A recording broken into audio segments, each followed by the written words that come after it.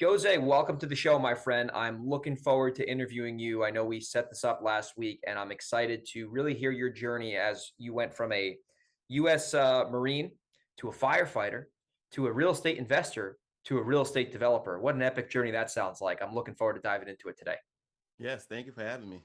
Well, let's just get right into it. So, give everyone your background. Obviously, before you got into real estate, you started in the Marines. So, what made you join? Like, how old were you when you joined the Marines? I believe I was 18 when I joined the Marine Corps. I took 1 year off after high school, and just exploring. I went to community college and realized that school wasn't for me. So I decided that I wanted to join the Marine Corps. My mom actually gave me a choice. She says you're either gonna be going to school or you can't live here. So I decided I'm gonna go live with the Marines. So I decided that's how I got into the Marine Corps, and since then I did 5 years in the Marine Corps. I Thank you for did your two. service. You're welcome. Seriously. Did two combat tours in Iraq, and then my third tour was on ship with the Navy, and we ended up getting 32 pirates That's amazing. Where were the pirates? off the African coast. Somalia? Yes. You got some Somalian pirates? Good, man. That's amazing.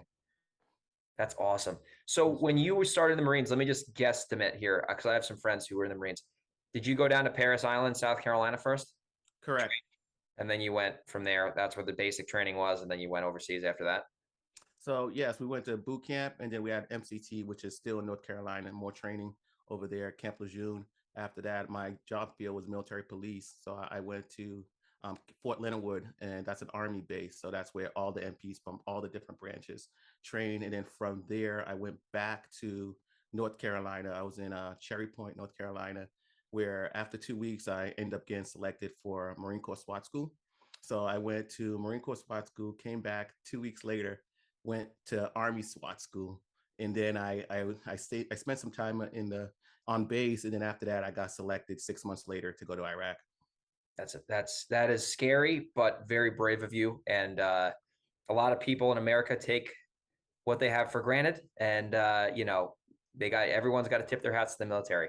I live in San Diego now. It's a huge military base. There's a lot of Miramar and Camp Pendleton. It's a huge military presence out here. So thank you for your service. So let me just sum up the Marine Corps before we transition into the firefighting.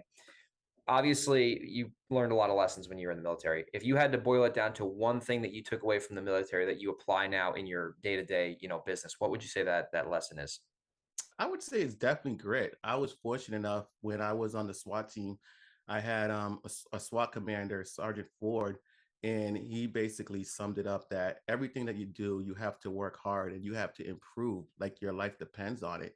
And it's Literally. really, yeah, and it's really what I do today in my business of the daily grind. One of my core values in my company is resourcefulness, right? The Marine Corps is known not to have a lot of working capital as what you guys could relate to. So we have to be resourceful. We got to figure out how to make things work. We don't care if your uniform's ripped. We got a mission. It's no different of trying to figure out how to put all this together. And and same thing when I'm looking for deals. My job in the Marine Corps, and when I was in Iraq, I was lead scout machine gunner. We have to find IEDs before they go off, either on our vehicle or somewhere in the convoy. And with that is no different of trying to find a deal, trying to find a house, trying to find something that we can create value. It's really the core of my business and how I plan to continue to grow it. That's amazing, man. Those principles are evergreen and you took them and now you use them in business. And, it's always cool interviewing. Well, I see a lot of, military people, they get into real estate and they have that foundation, and also athletes. They have that foundation of consistency and discipline and grit. And when they apply that same principle into real estate, it gives them a leg up over other people who may not have had that. They didn't have the team, maybe the teamwork mindset or anything like that. So it's always, I always see people that I interview or just interact with when they have military or athletic background. They're always have a leg up against the people who may have not had that. So you transition from the military, you got back up into the Northeast, the Boston market, which I know a lot about. I used to live up there. So I really like that area. It's very similar, in my opinion, to the New York area where I grew up, and a lot of stuff going on up there. So you exit the military, you get into the fire department. How long were you a firefighter for until you decided to get into real estate full time? Yeah, so I was in the fire department. I did 12 years. I'm now retired. I made lieutenant after 3 years of being in on the fire department, which is pretty much the fastest. That's when you can take your promotional exam. Is this the And Boston Fire Department or is this the some of another them, town? yeah, Somerville? city of Somerville Fire Department. But honestly, what the transition of how I got into real estate is I love the Marine Corps. So I wanted, and I knew I was going to miss it when I came home. So I bought an H2 Hummer, and I had nowhere to park it. So I needed to find a house so I could park this beautiful H2 Hummer. And when I started looking for housing, it was pretty much the same thing, train, figure all this out. And it was to the point that my first deal that I purchased it for 450,000 in the city of Somerville. And right now today is worth over 1.1. Did you And sell it or you still own it? no, I still own it. I still own it. Good for you, buddy. It's definitely gonna be a buy and hold that I'll give to Yeah. my children one day. I don't have any plans of selling it anytime soon. No. But the beauty of it, and it goes back to the core of my business, is being resourceful. I figured out how to put all the pieces together when I started with zero of not understanding anything when it came to real estate. And I figured I'm gonna need about 20,000 to close on this deal. And I figured, how am I gonna do that? I got a second job as a bouncer. I moved to a different apartment so I could save money. And but the beauty of it at the time, it was like right after I got out, like 2009. So 2009, the sitting president, which was Barack Obama, he gave veterans an extra year of being able to have a tax credit of 12,000. And from there, the city of Somerville actually gave me 5,000 for purchasing toward my closing costs. And then my lender also gave me 5,000 because my closing was supposed to be on November 1st, but they ended up getting moved to November 15th. So they said, you know what, we're going to help you pay for your closing. So long story short, my down payment on that property was 2,750. Wow, that's incredible. And now that thing is worth 1.1 million. Look at that. Turning a little into a lot in real estate. Look at that. It's unbelievable, dude. So how many units was that property? It was only two It units. was a Yep, two-family house. yep, two family. I lived on the bottom floor and I rented out the top floor. Okay, so now you got it fully rented to two tenants. And did you keep that financing in place, or did you end up refining out and then putting a new debt on the property? No, at the time I kept everything in place, and I realized that I wasn't going to be able to compete in Boston because now I felt at the time that I'd have to put down 20%. Yeah. So I actually went to a different market, and I think one that you actually very familiar with, Springfield. Yes, I've Yeah, been there. Yeah, I played hockey yeah, there. It's a little above the Connecticut border, a little bit. What is that? That'd be east of Albany, New yeah, York. yeah, Yeah. yeah. So I ended up building a portfolio all the way up to 30 units, which was a great experience of In teaching all in me. Springfield. Yeah, I built up. Okay. Yeah, I built Holyoke, out. Springfield. Oh yeah. I built out the portfolio up to 30 units, and I had a property manager, and by that time I got my real estate license, so I hanged it with them. And the reason why I decided to work with them was because I wanted to learn their systems and processes to where I am today, that I have since sold all my real estate in Springfield. I only focus in Boston, but I took their systems with me because I knew where I wanted to go. And the two main arms of my company today is the development side, and I sit on the development side. I focus on there, and I also have a property manager in house. So she takes care of all the property management because I feel that that's your credibility. That's when people, if you're not taking care of it, and you can't just give it to a third party and expect them to do the job that you would do. 100%. Yeah, no, and I agree with you. It's especially you have it in house now. You control it because, like you just said, a third party manager will never treat your property the way that you will treat it. It's a fact, you know. So you sold all your 30 units in Springfield. Now, for the listeners who aren't familiar with Springfield, I mean, I don't know it extremely well, but I know it a little bit. It's much cheaper than Boston, right? It's about an hour and a half from, what is it, 90 minutes away? But you just take Correct. the Mass Yes. Pike, west. Yes. You take it west, 90, right? Correct. Yes. Yeah. So you sold all your properties. Now, a few questions about that rental portfolio that you did sell. Were they mostly like, single family to four families, or were they like 5+? Like what were the unit mix up? What was the unit mix up before you sold It, it? it was a combination of both. So when I first got there, I was tiptoeing. I was Yeah. buying 2 units, I was buying 3 units, and I would analyze how much it was costing me to manage these these properties. Yeah. And I'm like, this doesn't make sense. I Yeah. can buy a 16 unit project or an 8 unit project, and the snow removal is going to cost the same amount. I go, you know what? From there on, I switched it and I started purchasing bigger projects. So I bought a portfolio that was 14 units. So I had a couple of 6 units in a two family in there, and then I purchased a 16 unit brick building, which was the biggest one that I purchased when I was over there. So you bought a 16 unit brick building, fully rented. What was let's drill a little deeper on that. Now, was that property was it was it like a Section 8? Like, what was the kind of tenant mix? Because I'm sure in Springfield you do get some Section 8 kind of stuff up there, a little bit cheaper. Like, what was the kind of the mix up there? Because that's a pretty large property, even Correct. I believe at the time it was 10 units was already rented, and rented some out. of and some of them was below market, Okay, and so I had to increase some of the rents. I that's also had to get some occupants in the other ones. But the magic for that deal, and like it goes back to the beginning, resourcefulness, right? yeah. I've been operating broke since day one, right? So Now you're so not broke anymore.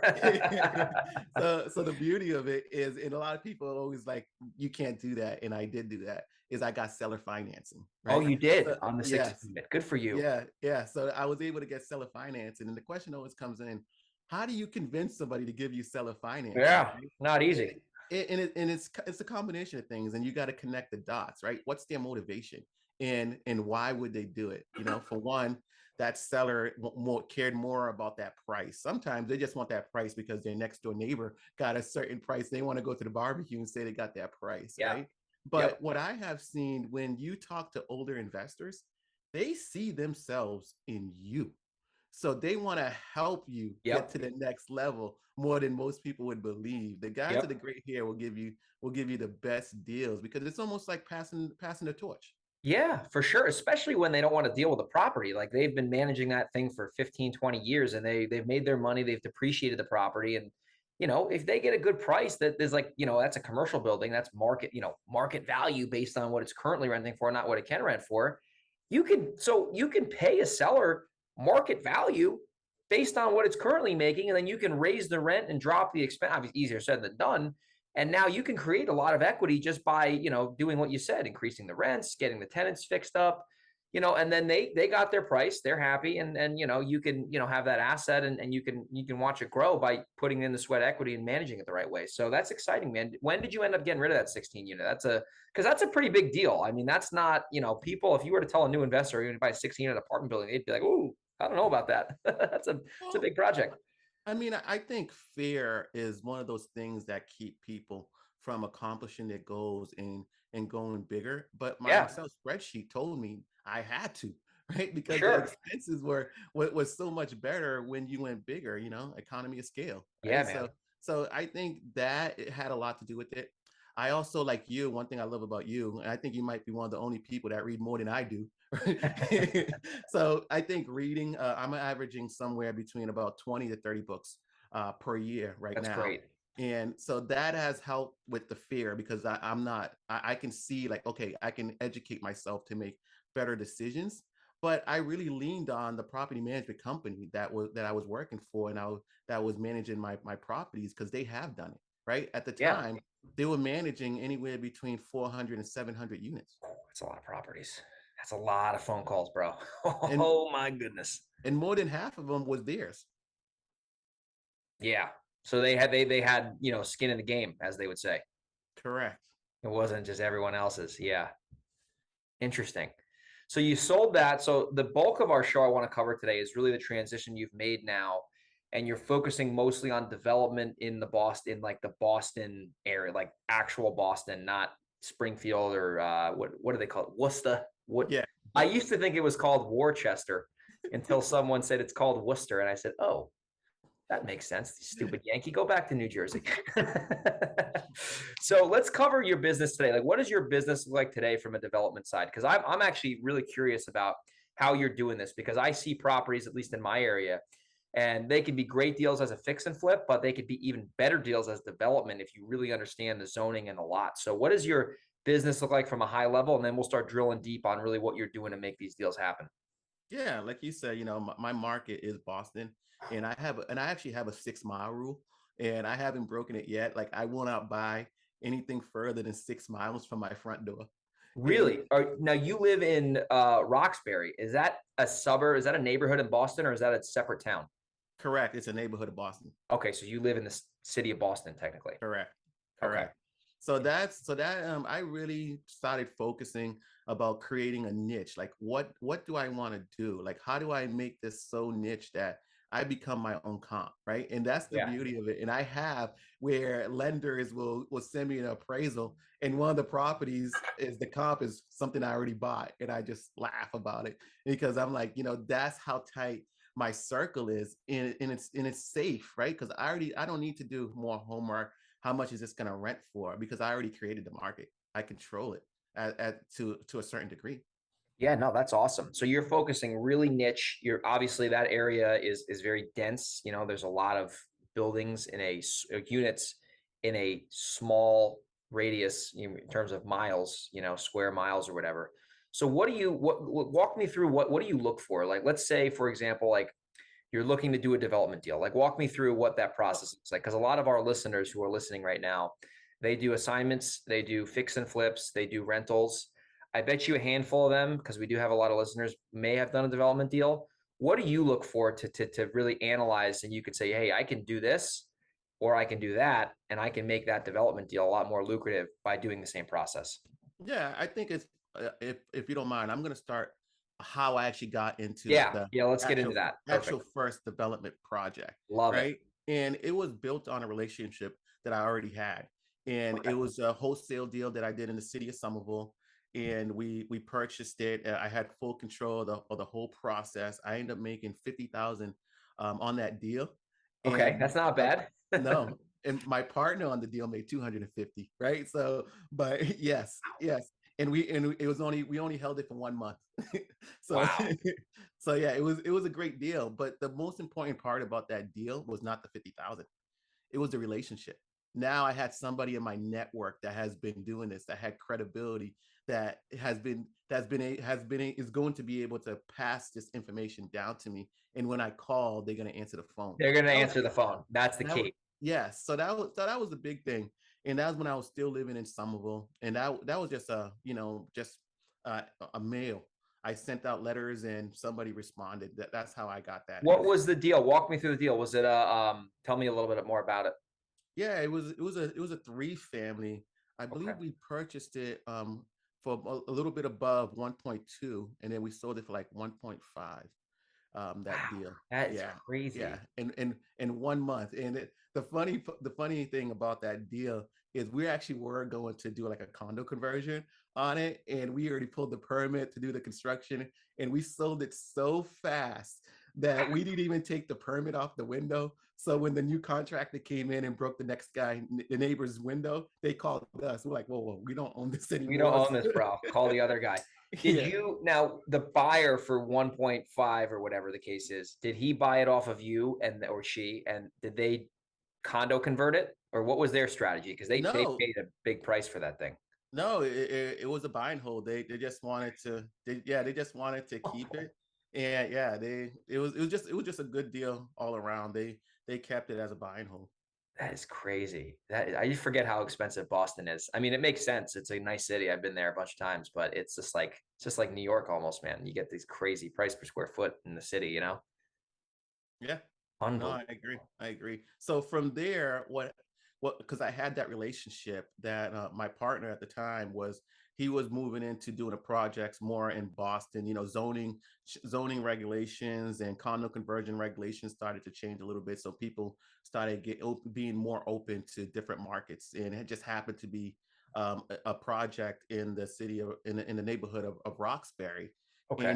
he was having a hard time going through zoning. I lived in Roxbury at the time, and I made some relationships with some key people in the neighborhood. And I said, hey, I could push this through zoning for you. And he's like, what do you want to return? I said, the most important thing, I want to be the construction manager. I have a construction background. I have my construction license. I have a degree in construction. So I wanted to just be the general contractor on that deal. But pushing it through zoning taught me so much. It taught me at the time I had to get a new attorney, right? And I had to like create a new team. I use the same architect, and we have a great relationship today. But going through zoning gave me a lot of credibility because I became the face of that project, right? So Yeah. through that, other investors and wholesalers are going to send me possible development projects because they think, hey, this is the relationship. This guy's doing these deals. Yeah, for sure. So let me just slow you down here because a lot of listeners might be like going through zoning. What does that even mean? So let me ask you this. I'm going to define it, and then we'll pick this specific deal apart for the listeners. If you're taking a property through zoning, that means that you're either going to change. That normally means you're going to change the zoning. So it might be zoned for a single family house. You're going to take the single family zoning and turn it into either a 2-family zoning, 3-family zoning, condo zoning, retail zoning. You're just changing basically you're changing the zoning that will allow you to build a specific piece of property. Is that correct? To like Yes. sum it up? Yeah. So in this example, it was Yeah. an existing 2-family residence, and Zoning. The zoning was at the no, time 2-family. no, that is what's there. What's Okay. there and on the Was property is 2, okay. but zoning said that we could build up to 5. Okay. Got it. But Wow. what we end up doing is because we went through zoning and we asked for 9 and we got 7. You got 7 units on the same lot. Correct. Correct. Wow. Okay. Correct. And the deal was a home run. So I'll Sounds like it. just to give you some basic numbers. We purchased it around 600, and by the time we were able to get it through zoning and get 7 units approved, we were able to be all in with no cash in the deal because the price was so much higher. Yeah, that makes sense. Did you get the contract signed subject to the zoning contingency, or did you have to buy it and then do the zoning afterwards? No, we actually purchased it prior to going through zoning because basically the way we looked at it, we knew worst case scenario we can build 5 units. So if it works with 5 units, getting 2 extra units is icing on the Just cake. icing on the cake. Yeah. Yeah, so there was no real urgency to tie it up with options. And I'll give you an example. So I have a 5-unit project going through zoning right now in Mattapan. And on that one, we actually have an option of we don't know what we're going to build. So the way I structured it, I said, hey, if I get 5 units, I'll pay you X. If I get 4 units, I'll pay you X. If I get 3 units, I'll pay you X. So because we don't know how many units we're going to get, I don't have any money tied into it except for the deposit. And so I can go through zoning the whole way, and I don't even have to carry it through like a financial burden per month of paying that. Another one I did is I have a 3 units in Roxbury, and I knew that it was a sit-in 2-family, and I believe that I can build at least 3 more units. The city will allow 3 more units in the rear. So I just purchased it.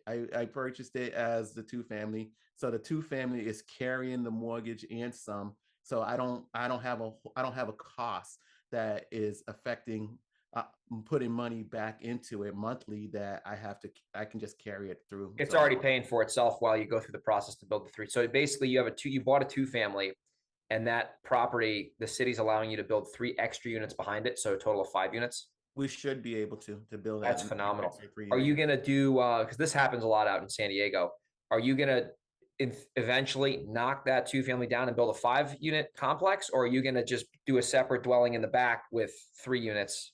How are you guys going to do the construction? Correct. So what I'm going to do, what I'm proposing is to build 3 extra units in the rear. Okay. If for whatever reason and they said, you can't build 3, then I could just change it and knock it down and actually build 8. That's amazing. Would you build 8 condos, or would you build an 8-family property? What would your strategy there be?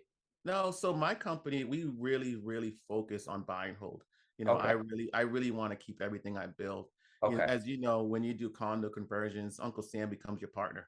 Yeah. Yeah, So because you're selling it. You're selling real estate at the end of the day. correct. Yeah, you have that tax burden. So the tax rules are written for people that want to hold real estate. Okay, so you would then turn that in. Okay, that makes a lot more sense. Because yeah, if you do so just to summarize a condo conversion for everyone, basically it's when you buy, let's say you buy a 4-unit apartment building, and instead of having it be a 4-family, as they would say, you take every unit and you individually condominialize those. You basically turn the apartment units into condos and resell the individual units, right? As 4 different pieces of real estate, and then you create an HOA. So the way you can make a lot of money doing that, and you obviously know more about this than I do, is you can buy the apartment building at like X dollars per square foot, rehab them, turn them into condos, and then sell them out as Y dollars per square foot. And the spread is, what you can make. Is that correct? Correct. Yeah. Correct. Interesting. A lot of guys in Boston have done that. Like Justin has done that. And obviously, about that. Seems like it's pretty popular in Boston. It's not that popular down in my area, in the New York area, which is interesting. I think Surprised. I think it's Not that changing. common. I What? think Boston is really changing right now because Yeah. the high interest rates, Yeah. the cost of construction. It's You crazy. know, yeah, I was fortunate enough that one of my mentors told me that I should not look at any deal as a condo deal that won't pencil out as a rental, because it's easier that if it pencils out as a rental, you can make it into a condo project, but you can't do it the other way around. And No. as the market is shifting so much, and a lot of these projects takes about a year or two to go through zoning. So now you're in a whole different environment from when you penciled that project. So you wasted all this time going through zoning, and now you might have to sell this project. You might not even be able to get finance for this project. So Yeah. it's just is we're in a tight space. But if you are already focused on rentals, then it's not going to change. That is crazy that it takes a year to go through zoning in your area. If you're lucky, Is that if is you're that just lucky. the paperwork process, or is that from like start to finish? Like that is insane, dude. A year? Yeah, just to get approved to build. And what's interesting is, Oh, that's a and I'm nightmare. not sure, where Lynn is, Lynn, Lynn, Massachusetts. Matt, that's the North Shore, right? Correct. Yeah, So Lynn, it only takes a couple of months. yeah. So everyone wants to buy in Lynn, I guess. I'm staying in Boston. That's crazy. Yeah, I mean that's a whole other business model. I mean, if I were in your area, I would be basically trying to. If I knew the zoning process took that long, I'd be like, I would make sellers like, I'll get this under contract subject to getting approved by zoning. Because if I got to wait a year, man, that is crazy. If you got to close and then wait a year, you got a year's worth of holding costs. I mean, hopefully those things are renting out, but man, that is. Is it very is it But very like I'll give you like in my area, like the building departments are some of them are impossible to deal with. Like they're just like they don't make sense. That it's just everything is so inefficient. There's no incentive. Like it's very hard to be a builder, like even a rehabber. Is it the same up there, or is it just like because it just seems to me like it's in New York at least, it's very hard to get anything through with these people. Like they don't reason with you. yeah, that's true. But I also believe that if you build a reputation of being a nice person, Yeah, they yeah, tend to help you more. yeah, So yeah. Versus calling them and be like, "Come on, where's my file?" yeah. So no matter what, it's going to be painful. But Yeah, it just got to keep the right mindset, and you just got to have more projects in the pipeline. So it's yeah. to me, I think anytime you're dealing with any city officials or anybody that's hourly working, like them being better at their job doesn't benefit And them. it doesn't So benefit them or you. correct. So I feel like, just be nice to them, and you just put that in your Excel spreadsheet. You know how long it's going to take. You got to pencil Yeah. that out. No, that makes sense. So now I got some questions for you on actual like hard cost construction. Obviously, we're recording this in 2022 and COVID has happened and it's pretty much not here anymore, but the effects of COVID are still here with expensive labor and material. So when you're doing a development project, let's say you want to go like ground up, which means starting from scratch, do you have a rough like dollar per square foot that you shoot for in your city? Because in California, it could be different than Boston, which could be different than Iowa. Yeah, and it's always interesting when other investors send me deals and their numbers are like so far off in Yeah. different directions, and Yeah. it's Right. always trying to figure out what's the right number, and you need historical data to really Yeah. understand that, and having a great network with other investors that are also building gives you a good understanding of what that's going to cost. Yeah. So for us right now, I would say if I'm doing like a rental project, Yeah. I'm building for roughly about 290 a square foot. 290 a And square foot. yes, yeah. And if you look at a project, say like a condo project that you're just going to sell them off as condos, you can be anywhere between 300 and 310. That's the build cost because you're putting in higher end stuff, right? Correct. Exactly. The finishes are going to be very different. As you know, people in like Boston and New York, they know what's good tile and what's not. Yeah, you So, can't sell a dog to those people. They're not yeah. gonna, yeah, they're gonna go to the next product. Yeah. Are Correct. you, wow. And then, so question on that now, you kind of opened up a can of worms. So let's say you're building a condo. I'm just gonna use a high level. You're building a condo and you're all in 310 a foot. Should, can you sell stuff in Boston for 500 a foot? Is that like a normal kind of resale price, or is that too aggressive? Like if you're on No, when you're selling to somebody. no, that is not aggressive. So another Okay. developer built a 7-unit project right behind where I live, and he actually sold out at 650 square foot. Wow. So he made a nice profit on that. So are you familiar at all with California at all? Like a little bit? I've been there. I've been to San Diego. So you've been to San Diego. Okay. So you would know. So I live in a neighborhood that is next to La Jolla. So La Jolla is like one of the nicer areas in town. And then the neighborhood I live in is inland. It's called University City. So it's right next to La Jolla. So in La Jolla, and even down in Pacific Beach, which is a pretty popular area, you're getting over 1,000 square foot out here, which is insane. Before the market, now it's changing because of the market, but before the market shift, you were selling stuff sometimes over 1,000 square foot. So, I mean, it was just getting so expensive for people to buy, but the interest rates were making it make sense. Now that's going down, obviously, because that wasn't sustainable. But the takeaway for the listeners is if you're in a high end city, I mean, you can do a lot in your backyard. You don't need to be doing virtual deals and, investing all over the country. You can, like you're doing, what are you, 6 mile radius around where you live, man? Like you can go so deep in that niche versus having to go to Springfield or up to, the New Hampshire border or down to Cape Cod. Like that, that can get tiresome. Yeah, I mean, I think there's definitely opportunity, and to the safest place is knowing your market and knowing 100%. knowing knowing knowing your numbers. I mean, but to your point, like Jamaica Plain which is another neighborhood in Boston. I Yeah, mean, yeah, for sure. there's some areas that sell at 800 a square foot, right? So the South End, I'm sure it's over 900 a square foot. It's What's that neighborhood? You would know what it's called. It's the Back Bay. Is that really expensive?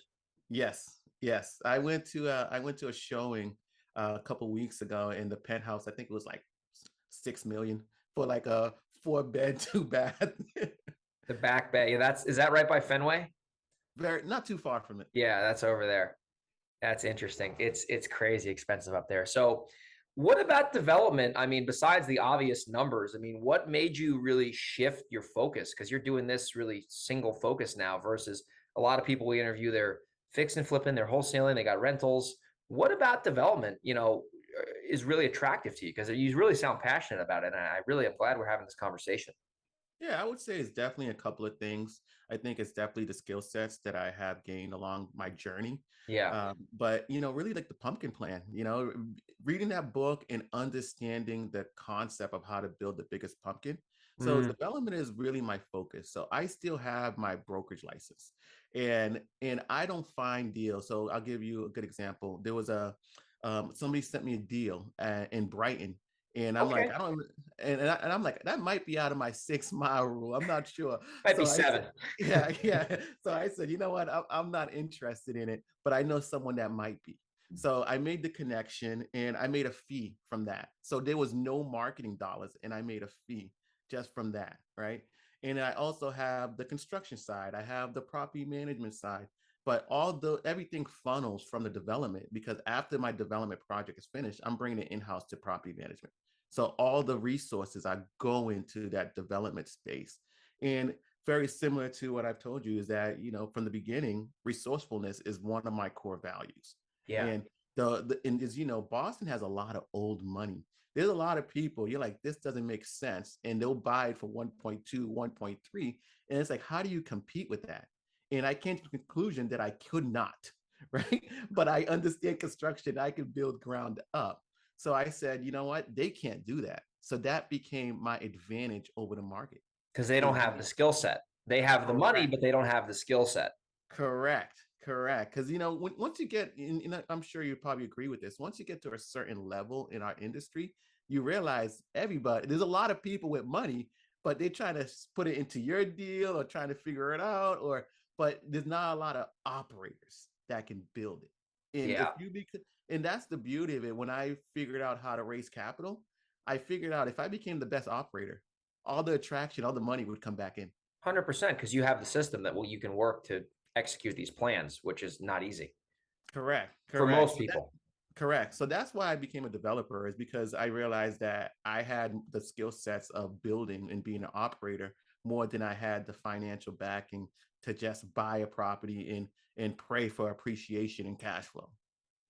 You can control too your cost basis if you're building too, versus if you can be like all in a development at 70%, you can do a burr and refi, get your basis out, have that 30% of like free equity. And now you have a turnkey product that will not need a lot of maintenance for the next 10 years. So you have a better asset to operate anyway. Cause I mean, I own rentals and a lot of them are, I've bird them, but they're, I bought them with major maintenance, man. Like these things are dogs, right? And they constantly need effort and money and, resources. And when you can build something brand new and you can do good construction, your capital expenditures are going to be minimal for the first 10 years of that property operating. And then obviously you keep your reserves and whatnot. But I mean, that's a big deal when you have a lot of units, because if you have a bunch of units that don't, that aren't in good shape and you're just, getting maintenance calls every week, it's just demoralizing. Your team's frustrated. You're like, oh my God, I got to send the plumber back out here. Like you know what I mean? But if you have a brand new product, another thing, everyone wants to live in a new home, right? Who doesn't want to live in a new home? And they're gonna pay for that premium. They're going to pay premium rent. Yeah. So one thing that I do want to have your listeners understanding of how my business has shifted. Yeah. And so far we talked about, I have 5 units here, 3 units here, and this is the journey of growing into this space. Is a couple of things that have changed. Now I'm actually adding that zero. So instead of looking at 3-unit projects, I'm looking at 30. I'm analyzing 30-unit projects, right? So that was a mindset shift for me of expanding into that space. So my sweet spot for my company right now, I prefer to look as small as 20 and as big as 60. That's really my sweet spot, unless I have a joint venture partner that will make up the difference, and then we can go up to 230, right? So right now, we should have the LOI, letter of intent, coming soon. I'm a joint ventureship of a 230 unit project. That's Right? amazing. So that's a serious deal. Yeah, but when it came to the 30 unit project and understanding how to grow into that, one thing that I had to do is really let go of being my own construction in-house contractor, right? And that has been difficult because I want that control, right? But there's Yeah. other people that can do that so much better, because if I'm not in the dirt and deep into the construction, I can go find more deals. I can create a better pipeline. I can raise more capital. But what I found is that once you break in from that 3 units into that 30 or 100 units, your contractors actually become more professional and become better Oh yeah. equipped and have better tools and resources. So that has helped me make that transition. Well, you're not hiring Chuck in a truck to build 30 units. You're hiring a legitimate person who's probably making several $100,000, if not $1 million of their own money, who has a legitimate company. Like when I do my rehabs, I got decent guys, but they're not prestigious, major league contractors, and that's okay. I don't need that for a $500,000 house. But for what you're talking about, with that economy of scale, you can make the numbers work where you can hire a legitimate contractor. I don't want to see the ones I hire are legitimate, but you get the point that you're hiring a serious, contracting firm, with in-house infrastructure versus, I call him Chuck in a truck. Chuck drives the pickup truck. He's got Randy in the back seat. You're gonna get a couple Modelos. They're gonna, and listen, I'm fine with that. That works for me. But at your level, you're not dealing with rookies. You're dealing with serious business people all across the board.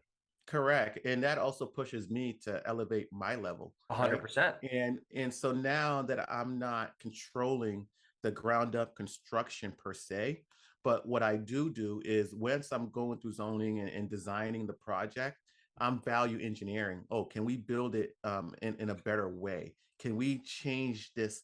Or how does the neighborhood feel about this? And having that control with working with those Yeah. architects and those engineers and really controlling your deal. And once that part of the process is done and I'm going into the construction aspect of it, Yeah. I become my own owner's rep, meaning that I'm still involved. I'm still checking for the quality. I'm still checking if we on time, are we on budget? And if not, why aren't we, right? And on top of that, because I come from the construction background, it's almost like they understand I speak the same language. So it's easier to have a conversation if it's just a finance guy that comes up. He knows his numbers, he knows his Excel, and he's trying to have that relationship. I'm like, well, no, this is wrong. And the reason why I know it's wrong because I have built a house, right? So You so know your stuff. Yeah. correct. So that's really where my company is going from. We started off of the threes. We started off being investors, right? And then we grew into doing ground up, and then we grew into doing bigger projects where we are now, like the 20s and in the 60s is really our sweet spot now, to being involved in a joint ventureship of 230 units, and then that's a whole nother learning process, right? And growing into that. 100%, man. Well, it's exciting to see where you're going to be in the future with your mindset leveling up and now your unit size leveling up, because I mean the sky is the limit, especially in your city, man. It's going to be cool to follow you and see where you're able to take this business, starting, with Springfield Rentals, in Western Mass, all the way to the big leagues of Boston. And maybe you'll have Bob Kraft buy one of your properties off you when you're done. Or you're like renting them, so never mind. Maybe you could eventually sell your portfolio to Bob Kraft for a little piece of the Patriots. That was actually going to be my final question before we wrap the interview up. Where do you think the New England Patriots are going to be at this year? Because obviously, if people are watching on YouTube, I have a New York Jets hat on. I'm obviously a Jets fan. He has if you're watching the video, he's just move your head real quick. You got the Patriots. Yeah. Listen, I don't mind the Patriots, to be honest with you, but what do you think? Are they legit this year, or you think they're going to have a tough season? And because I'm going to the game in a couple weeks in Jersey. I think we're going to have a tough season. First of all, we really don't have a quarterback, right? A quarterback, Mac Jones is injured, so that's not helpful at all. But honestly, I think the division just got stronger. Yeah, right? With the Jets too. Yeah. The Dolphins. We got the Ravens. Like, we have some real contenders in this. The Bills, right? The Bills are legit, dude. I'm afraid of the Bills. Yeah, so I think we have a lot of competition in our division. But what I will say, being from Boston and growing up in this area, we've been spoiled since. You've been spoiled, man. It's unbelievable. The Sox, the Brew. I think every major league sports team has won a NBA or a title within the last 10 or 15 years. Obviously, the Patriots are the golden poster child. But man, you live in the best town for sports, and I've been there. I've lived there. It is unlike anything else, I got to say. Unbelievable, man. Well, listen, hopefully the Jets beat the Patriots when I'm at the game, at least. But in summary, man, I love what you got going on. I really appreciate you taking the time to be a guest on our show. If people want to connect with you further, what is the best website for them to reach your company? And then what is the best way for them to connect with you online? Yeah, the best way to reach me online is velneydevelopment.com. You can find the website. I'm sure you probably put it in. Yeah, we'll put this in the show notes. velneydevelopment.com. Correct. And then on Instagram, it's just my name, Josue Velney. Josue Velney. Yeah, Josue. Last name Velney, Velney. Victor Echo Lima November Echo Yankee. We'll have that in the show notes. Well, listen, man, this was a fun one. I appreciate you. And this will come out in a couple weeks, and people will be hitting you up. Appreciate it. Thank you. Thank you for having me.